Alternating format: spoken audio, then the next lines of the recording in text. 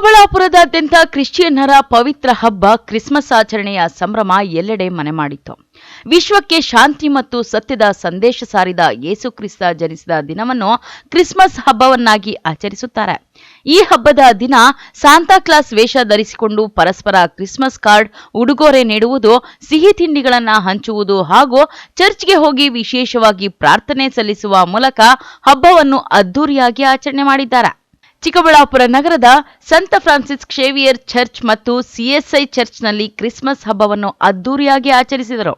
ಇದು ಪ್ರೀತಿ, ತ್ಯಾಗ ಮತ್ತು ಸಹಾನುಭೂತಿಯ ಬೋಧನೆಗಳಿಗೆ ಪೂಜ್ಯನೀಯವಾದ ಯೇಸು ಕ್ರಿಸ್ತನ ಜನನದ ದಿನವಾಗಿದ್ದು, ಈ ಸಂದರ್ಭದಲ್ಲಿ ಧಾರ್ಮಿಕ ಸೇವೆ, ಪ್ರಾರ್ಥನೆಗಳನ್ನು ಮಾಡಿ ಕ್ಯಾರಲ್ ಗಾಯನ ಹಾಡಲಾಯಿತು.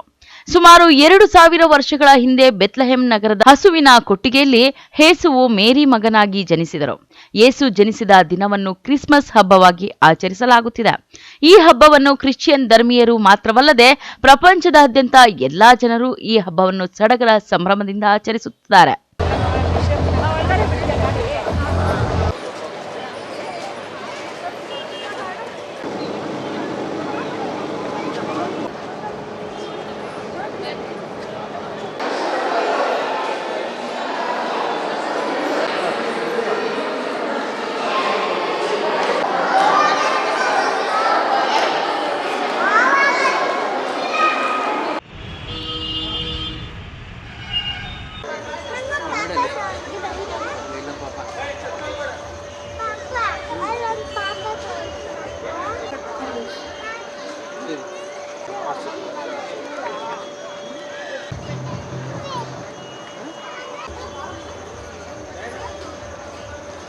ನಮಸ್ಕಾರ.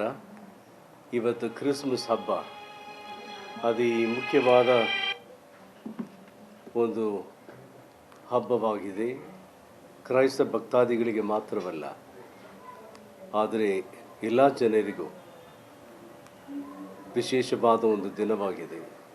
ಉದಾಹರಣಕರವಾಗಿ ಇವತ್ತು ಈ ದೇವಾಲಯದಲ್ಲಿ ಹಲವಾರು ಜನರು ಬಂದು ಪ್ರಾರ್ಥನೆ ಮಾಡ್ತಾರೆ.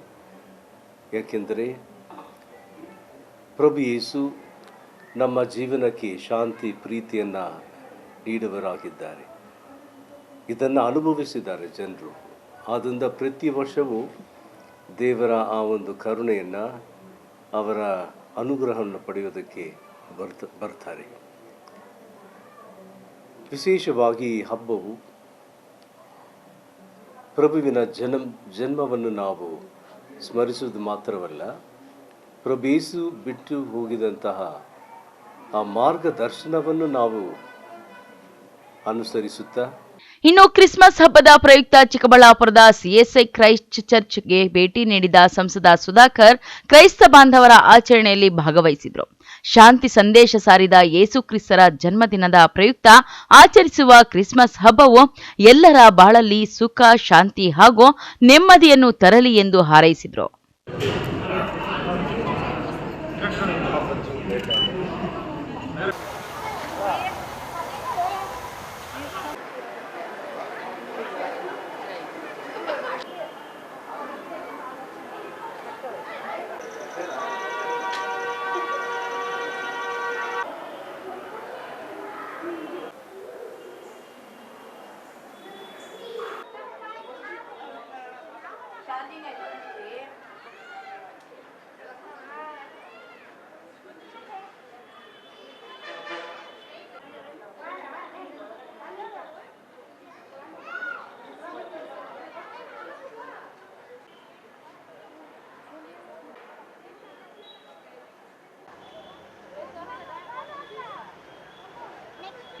ಅತ್ಯಂತ ಪವಿತ್ರವಾಗಿರ್ತಕ್ಕಂಥ ಹಬ್ಬ ನಮ್ಮ ಕ್ರೈಸ್ತ ಸಹೋದರ ಸಹೋದರಿಯರಿಗೆ ಅವರ ಒಂದು ಸಂತೋಷದಲ್ಲಿ, ಅವರ ಒಂದು ಪ್ರಾರ್ಥನೆಯಲ್ಲಿ, ಅವರ ಒಂದು ಭಕ್ತಿಯಲ್ಲಿ ನನಗೂ ಕೂಡ ಒಂದು ಅವಕಾಶ ಕೊಟ್ಟು ನನ್ನನ್ನು ಅವರು ಆಹ್ವಾನ ಮಾಡಿದರು.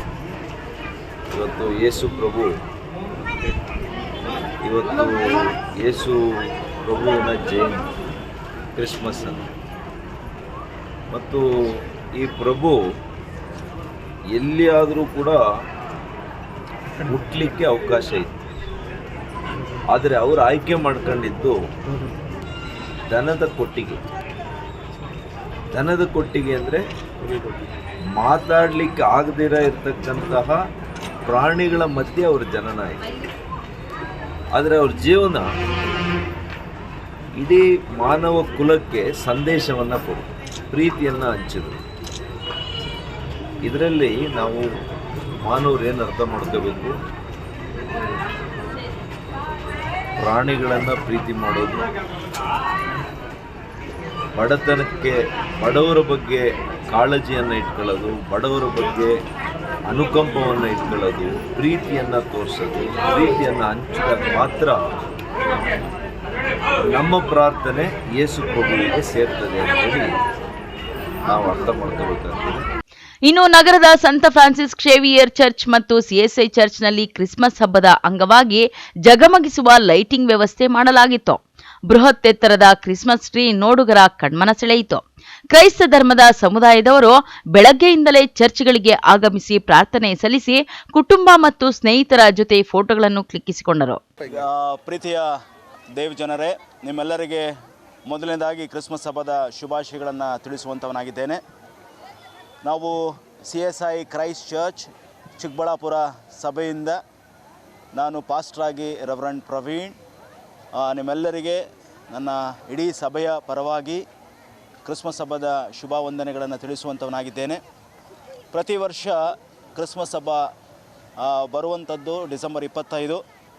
ಆದರೆ ಈ ವರ್ಷ ನಮ್ಮ ಚರ್ಚ್ನಲ್ಲಿ ಬಹಳ ವಿಶೇಷವಾದಂಥ ರೀತಿಯಲ್ಲಿ ನಾವು ಆರಾಧನೆಯನ್ನು ಬೆಳಗ್ಗೆ 8 ಗಂಟೆಗೆ ಮಾಡಿದ್ದೇವೆ. ಅದರ ಅನೇಕ ಭಕ್ತಾದಿಗಳು, ಸಾವಿರಾರು ಭಕ್ತಾದಿಗಳು ಅದರಲ್ಲಿ ಭಾಗವಹಿಸಿ ದೇವರ ಆಶೀರ್ವಾದವನ್ನು ಹೊಂದಿದ್ದಾರೆ.